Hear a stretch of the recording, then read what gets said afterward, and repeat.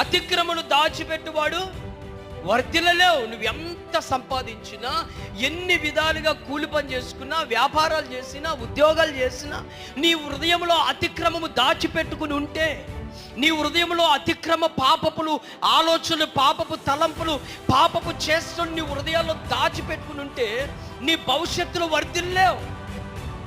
దాన్ని ఒప్పుకుని చూడండి, ఒప్పుకుని ఎవరి దగ్గర ఒప్పుకోవాలి?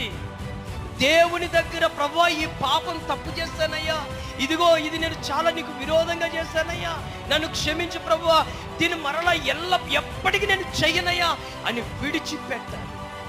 ఒప్పుకోవడం గొప్ప కాదు. ఇక్కడ చాలా మంది ఒప్పుకుంటారండి. ఒప్పుకుంటారా లేదా? అయ్యా, ఈ ఆదివారం సినిమా చూశానయ్యా, అయ్యా దయతో క్షమించండి నాయనా. ఒప్పుకున్నావు, విడిచిపెట్టావా?